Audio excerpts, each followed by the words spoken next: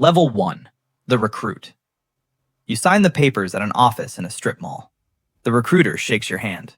He smiles like you just won something. You don't know what you won yet. You're 19 years old. You played football in high school. You lifted weights in your garage. You watched every military movie ever made. You think you know what you're signing up for. You don't. You fly to Fort Benning for basic training. They shave your head in the first hour. They take your clothes and give you a uniform that doesn't fit. They scream at you from the moment you step off the bus. A drill sergeant is 3 inches from your face, telling you that you are nothing. You believe him. For 10 weeks, you do nothing but run, shoot, march, and suffer. You learn how to hold a rifle. You learn how to throw a grenade.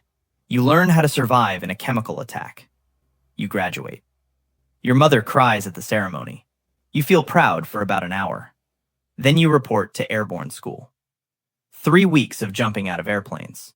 Your first jump, you are so scared you almost can't breathe. The jump master shoves you out the door. You fall through 1,250 feet of empty air before your parachute opens. You land hard, and you survive. You do it 4 more times. You earn your wings. You're still not a Green Beret, not even close. You're just a paratrooper now, an infantryman with silver wings on your chest. You report to Fort Bragg, North Carolina. You look at the men with the Green Berets walking around the base. They don't look at you. You don't exist to them yet. You have to earn the right to exist. You spend your first year in a regular infantry unit.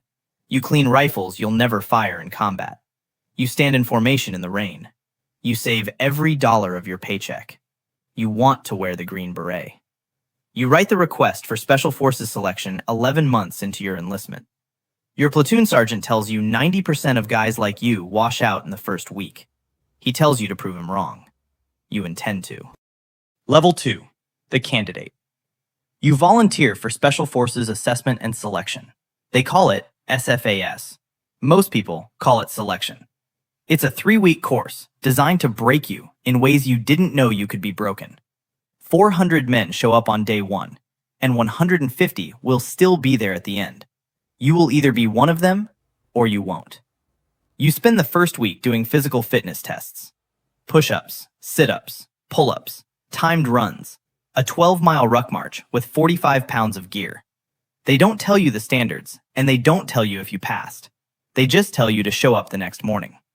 You spend the second week navigating through the pine forests of Camp McCall. You have a map and a compass.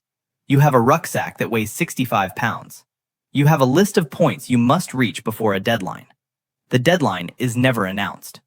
You walk 20 miles through swamps and hills with no food breaks and no sleep. You fall and get up. You fall again and get up again. The instructors don't help you. They don't even look at you. They just write on clipboards. Men quit every day. They walk up to the cadre and say the words, "I quit." The cadre nods, and a truck appears. The man who quit climbs in, and the truck drives away. Nobody says anything. You keep walking. Week 3 is team week. They divide you into small groups and give you impossible tasks. Move a telephone pole across a field. Carry a dummy patient through a swamp. Build a raft from barrels and rope. The tasks don't matter. The cadre are watching how you work with strangers. Do you lead, or do you follow? Do you complain, or do you quit? At the end of 3 weeks, they read names off a list. Your name is on it. You've been selected, but the hard part hasn't started yet. Level 3. The Qualification Student. The Q course is the real thing. 18 months of training designed to turn a soldier into a Green Beret. You start with small unit tactics. You learn how to move through terrain without being seen. You learn how to communicate with hand signals. You learn how to set up an ambush and how to survive one. You live in the field for weeks at a time. You eat cold rations and sleep in the dirt. You never shower. Then comes your MOS-specific training. You're assigned a specialty: weapons sergeant, engineer sergeant, medical sergeant, or communications sergeant. Each specialty has its own school. Each school is months long and has its own way of destroying you. You become a weapons sergeant. You learn every firearm made in the last 100 years. American rifles, Russian rifles, Chinese rifles, Belgian rifles. You learn to operate them, disassemble them, repair them, teach others to use them. You fire thousands of rounds. Your shoulder bruises black and blue. Your ears ring constantly. Then comes language school. Every Green Beret learns a foreign language. You're assigned Arabic. 6 months of intensive study, 8 hours a day in a classroom, then 8 more hours of homework. You memorize 5,000 vocabulary words. You learn a new alphabet. You learn to read, write, and speak well enough to operate in the Middle East. Most candidates fail language school and get recycled, but you pass. Then comes Robin Sage, the final exercise. A month in the woods of North Carolina. You're dropped into a simulated country called Pineland. Your mission is to train and lead a guerrilla force of locals against an oppressive government. The locals are civilian volunteers who've been doing this for years. They test you. They argue with you. They try to get you to make mistakes. You eat what they eat and sleep where they sleep. You teach them tactics and fight simulated battles with opposing soldiers playing the enemy. At the end, you pass or you don't. You pass. You return to Fort Bragg. They put a green beret on your head in a small ceremony. Your family is there and your mother cries again. This time, you cry too. But the beret is just a piece of wool. What it represents is what matters. You swore an oath when they handed it to you. De oppresso liber, to free the oppressed. The motto is Latin, and the mission is global. You will go places most Americans will never hear about. You will fight wars they will never be told about. You will do it all with a team of 11 other men. Just you, your team, and whatever you can carry on your back. Level 4, the Junior Engineer Sergeant. You're assigned to an Operational Detachment Alpha, an ODA, a 12-man team. This is the basic building block of Special Forces. 2 officers, 10 non-commissioned officers. Every man is a specialist. Every man can do every other man's job in an emergency. You're the Junior Engineer Sergeant, 18 Charlie. You build things and blow things up. Your team deploys to Iraq. Your first mission is to train a platoon of Iraqi soldiers. The Iraqis are supposed to eventually take over security for their own country. That's the theory. The reality is complicated. You spend your days at a training camp outside Baghdad. You teach marksmanship, room clearing, first aid, and basic tactics. The Iraqis are a mix of everything. Some are eager young men who want to serve their country. Some are older veterans who've survived 3 wars. Some are infiltrators working for insurgent groups. You don't know which is which. You train them anyway. At night, you go on missions. Your team and your Iraqi counterparts raid houses where intelligence says insurgents are hiding. You kick in doors. You move through dark rooms with flashlights mounted on your rifles. You find weapons caches buried in courtyards and IED factories in abandoned warehouses. You find families who are terrified and innocent, and you apologize and leave. You also find bad men. You capture some of them. Others don't want to be captured, and you do what you have to do. Your first firefight lasts 30 seconds. It feels like 30 minutes. Your team leader takes a round through his shoulder. You drag him behind cover. You treat the wound with the training you got in the Q course. You call for a medevac helicopter. He survives. He's back on the team 3 months later. You've earned something you can't name yet, but the older guys look at you differently now. Your deployment extends to 9 months. The platoon you trained turns out to be half loyal. 3 of them disappeared one night with their American weapons. They showed up a week later, fighting for the other side. Your team sergeant told you this would happen. You didn't want to believe him. Now you do. You spend Christmas in a plywood hut on a forward operating base. Your mother sent a package of cookies that arrived smashed. You eat the crumbs anyway. You call her on a satellite phone for 3 minutes. She asks if you're safe. You tell her everything is fine. You hang up and listen to mortars landing 3 kilometers away. Nothing is fine. You're learning that fine is a word that means something different now. Level 5, the Senior Weapons Sergeant. You're on your 4th deployment, 2 to Iraq and 2 to Afghanistan. You've been promoted. You're the senior weapons sergeant now, 18 Bravo. You're the team's expert on everything that shoots. You're 27 years old. You've seen more combat than most soldiers in history. Your team is deployed to a province in eastern Afghanistan. Your mission is village stability operations. You live among the locals in a small compound in a village at the end of a dirt road. The nearest American base is 40 miles away. Air support is 20 minutes out on a good day. You and your 11 teammates are completely alone. You drink tea with village elders every afternoon. You learn their names, their families, their grievances. The man on your left lost 2 sons to the Taliban. The man on your right lost his brother to an American airstrike. Both men are asking you for help. Both men might betray you tomorrow. You can't tell which. You build a relationship anyway. You train the local police force. You build a school. You bring in medical supplies. You pay for a new well. You do all of this while patrolling for Taliban fighters who own the mountains above the village. Every night you hear them talking on the radio. They know your names. They know your mother's names. They threaten your families back home through intermediaries. You don't sleep well. One night, a kid walks up to your gate. He's maybe 12 years old. He has a letter from his father. The letter says the Taliban are moving weapons through a wadi 3 miles north tomorrow. You verify the intelligence through other sources. You plan an ambush. Your team sets up before dawn. You wait 8 hours in 110-degree heat. The Taliban arrive. They have AK-47s and RPGs. The firefight lasts 4 minutes. You win. You don't feel anything about winning. You just call for the helicopter to pick up the bodies. 2 weeks later, your team takes its first casualty of the deployment. Your junior medic steps on a pressure plate on a routine patrol. The explosion throws him 15 feet. Both his legs are gone below the knee. You apply tourniquets that he brought for someone else. You ride in the helicopter with him, holding his hand. He keeps asking about his wife. He keeps asking if his legs are still there. You keep telling him the doctors will fix it. He loses both legs permanently. He survives. You visit him at Walter Reed's 6 months later. He thanks you for saving his life. You don't know what to say to that. You finish the deployment. You come home. Then you start training for the next one. Level 6, the team sergeant. You're 32 now. You've been doing this for 13 years. Your knees hurt every morning.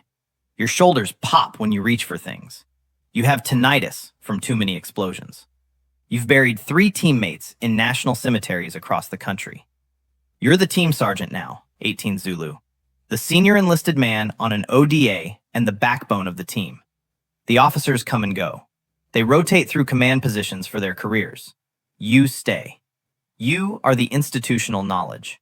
You are the father figure. You are the man who makes the team function. You have a team leader, a captain who outranks you on paper. But he's 26 years old, and this is his first team. You've been on 5 teams before this one. He listens to you. The good ones always do. You plan missions together and make decisions together. But when things go wrong, you are the one the younger guys look at. You manage the men. Your weapons sergeant is going through a divorce. You drink with him at the team room and listen to him talk about his wife. Your medic's father just died of cancer. You help him arrange emergency leave. Your junior engineer is a new father. You give him the advice your own team sergeant gave you 10 years ago. The team is a family. You are the head of the family. You deploy to Syria. You work with Kurdish forces against ISIS. The conditions are worse than anything you've seen before. You live in bombed-out buildings. You move constantly. Enemy drones watch you from overhead. You call in airstrikes on targets 1,000 meters from your position. Buildings disappear in flashes of light. You direct artillery. You coordinate with aircraft from 6 different countries. You speak 3 languages in a single conversation. Your Kurdish counterparts call you brother. You hope they mean it. You're pretty sure most of them do. Some of them don't make it home. Neither do some of yours. You lose your weapons sergeant to a sniper round in Raqqa. He was 29 years old. He had a 3-year-old daughter named Emma. You write the letter to his wife yourself. You fly home for the funeral. You stand next to his grave in a cemetery in Ohio. You hand his daughter a folded American flag. She doesn't understand what it means. She asks when Daddy is coming home. Her mother can't answer. You can't either. You sit in the team room with an empty locker staring at you. You pack his personal belongings into a box for shipment to his family. You find a photograph in his wallet. Him and Emma at the beach. You close the lid. You sit in the dark for a long time. Level 7, the Tier 1 operator. Someone taps you on the shoulder. A man in civilian clothes with a beard and no insignia. He asks if you'd like to try out for a unit he can't name. You know which unit. Everyone in Special Forces knows. Delta Force, the Combat Applications Group, the Army's Tier 1 unit, the best of the best. The selection process lasts a month. It takes place somewhere in the mountains of West Virginia. It makes SFAS look like summer camp. 200 candidates start. A dozen finish. You're one of them. Then comes the operator training course. 6 months of the most advanced close quarters combat training on the planet.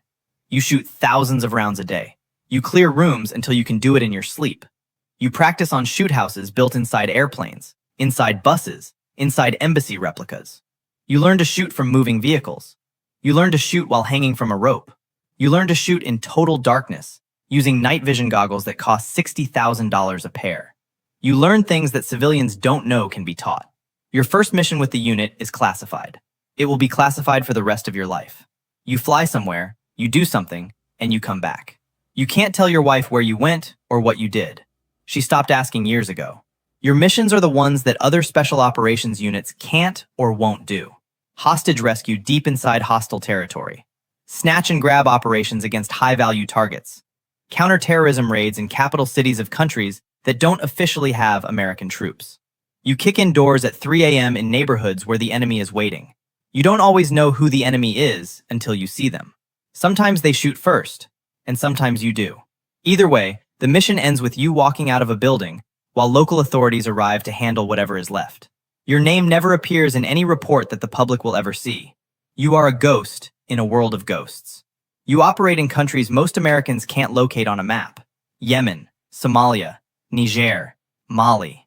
Small teams, big consequences, zero footprint. You fly in on military transports painted to look civilian. You land at airfields that don't appear on commercial charts. You rendezvous with CIA officers who give you intelligence packages. You study the targets for days. Then you execute. You take down a bomb maker in a villa outside Mogadishu. The operation lasts 6 minutes from breach to exfil. The target is killed in the first 30 seconds. His lieutenants are captured and loaded into the helicopters. By the time the sun comes up, you're 400 miles away. 3 weeks later, 40 planned terrorist attacks fail to happen. You never find out about most of them. That's how the job works. You succeed in ways no one will ever acknowledge. You fail in ways that end up on the front page. You learn not to read the news. You learn to trust the intelligence. You learn that the intelligence is sometimes wrong. Level 8, the Squadron Commander. You've been in special operations for 20 years. Your body is held together by cortisone shots and willpower. You've lost count of your deployments. You stop counting when you hit 15. Your wife has stopped asking when you'll be home. You are home for about 4 months a year. The rest of the time, you are somewhere classified, doing something classified. You're a squadron commander now. You run a unit of 100 operators. You don't kick down doors anymore. You plan the operations that other men execute. You sit in a joint operations center watching live drone feeds. You make decisions that determine whether men live or die. You authorize a strike on a building. You pray the intelligence is right. Sometimes it is, and sometimes it isn't. You carry both outcomes with you. You brief generals and admirals.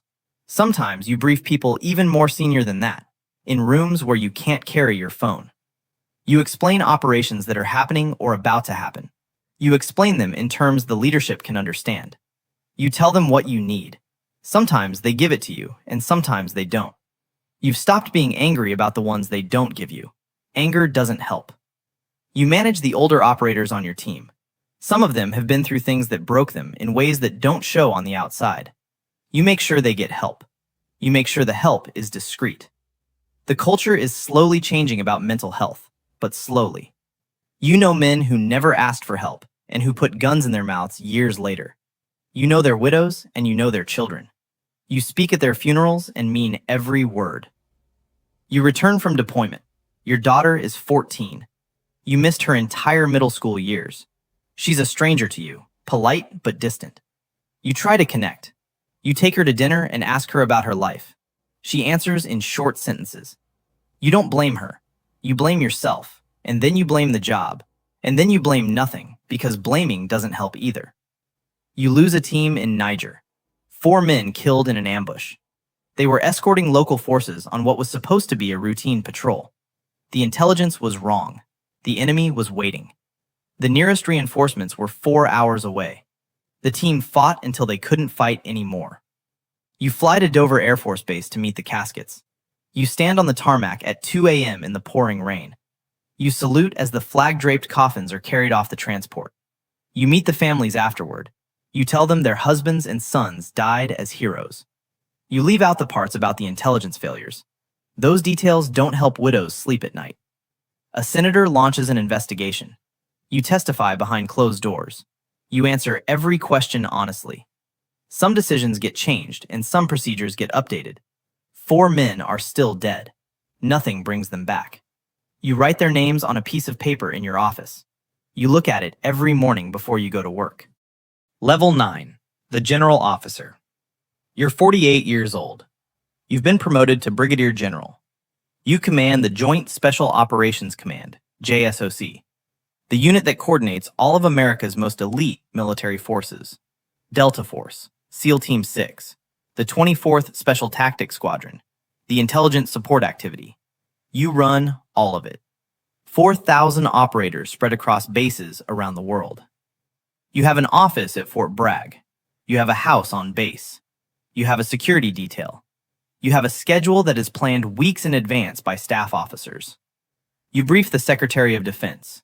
You brief the Chairman of the Joint Chiefs. You sometimes brief the President of the United States. You are one of the most powerful military officers in the world, and most Americans have never heard your name. That is by design. Your operations happen in 80 countries.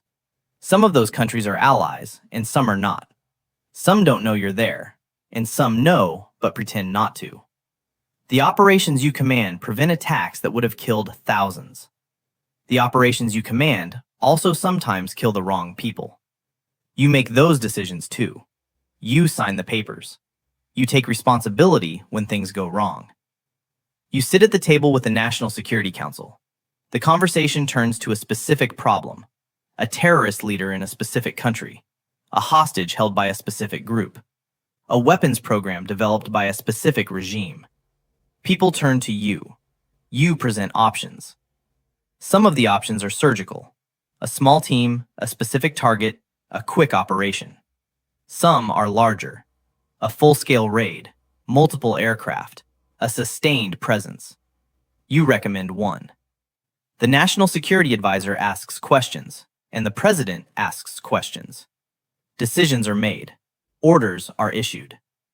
24 hours later, men on the other side of the world are moving toward targets because of words spoken in that room. You go home that night. You eat dinner with your wife. She asks how your day was. You say it was fine. You mean it was normal. Normal for you now involves the lives of hundreds of men and the deaths of some number of enemies. You don't know how to explain that to anyone. You don't try. Level 10. The Retired Warrior. You retired last year. The ceremony was quiet. A small group in a conference room on base. Your family was there. A few officers you served with for decades attended. The Secretary of Defense sent a letter. You put it in a drawer. You moved to a house in North Carolina. It has a porch. You sit on the porch in the mornings and drink coffee. The sun comes up. You watch it. You haven't watched a sunrise in peace in 30 years. You're 55 years old. Your hands shake a little. Your back hurts. You walk with a slight limp from an injury you got in Mosul in 2004. You never got it fixed. There's always another deployment. There was always another deployment. Now there isn't. You don't know what to do with yourself. Your wife suggested therapy. You went. The therapist is a good man, a former Marine. He understands what you've seen. You talk about some of it, not all of it. Some things you will take to your grave. That's not stubbornness. That's the law. Signed agreements that follow you into retirement and beyond. Your daughter is 29 now. She has her own daughter, a toddler. The little girl runs to you when you visit. She calls you granddad. You pick her up. You feel something unlock in your chest. You didn't know that feeling still existed. You get calls from your former teammates, the ones who are still alive. There are fewer of them every year. Heart attacks, cancer, suicide, car accidents. The operators age faster than civilians. The body keeps the score. The body sends you the bill decades later. You attend too many funerals. You sit in too many pews. You hand too many folded flags to too many widows. You buried your team sergeant from your first ODA last month. Lung cancer. He was 58. You gave the eulogy. You couldn't finish it. Someone else had to read the last paragraph. You look at your medals sometimes. They're in a shadow box in your closet. The silver star. The bronze stars with V's. The purple hearts. The Distinguished Service Cross that not many people have. Civilians see medals and think of glory. You see them and remember specific days, specific men, specific mistakes, specific miracles. Each one is a story you can't tell. Each one is a weight you carry alone. You speak at a Green Beret graduation ceremony in the spring. They ask you to share wisdom with the new operators. You stand at the podium. You look at 150 young men in Green Berets. They look impossibly young. They look exactly like you looked 35 years ago. You tell them the truth. You tell them the job will take more from them than they can imagine. You tell them the brotherhood is real, and the cost is real. You tell them to hold on to their families. You tell them to find faith in something. You tell them to forgive themselves for the things they'll do. They listen politely. They don't believe you. You didn't believe your mentors either. You shake their hands on the way out. Somewhere in a strip mall right now, a 19-year-old is signing papers. His recruiter is smiling. The kid thinks he knows what he's signing up for. He doesn't. He will spend the next 3 decades in places that don't exist on any map. He will lose friends he hasn't met yet. He will become a man his mother won't fully recognize. He will learn things that can't be unlearned. He will serve. He will fight. He will survive. Or he won't. And if he makes it to the other side, he will sit on a porch somewhere. He will watch the sunrise and try to understand what it all meant. The cycle continues.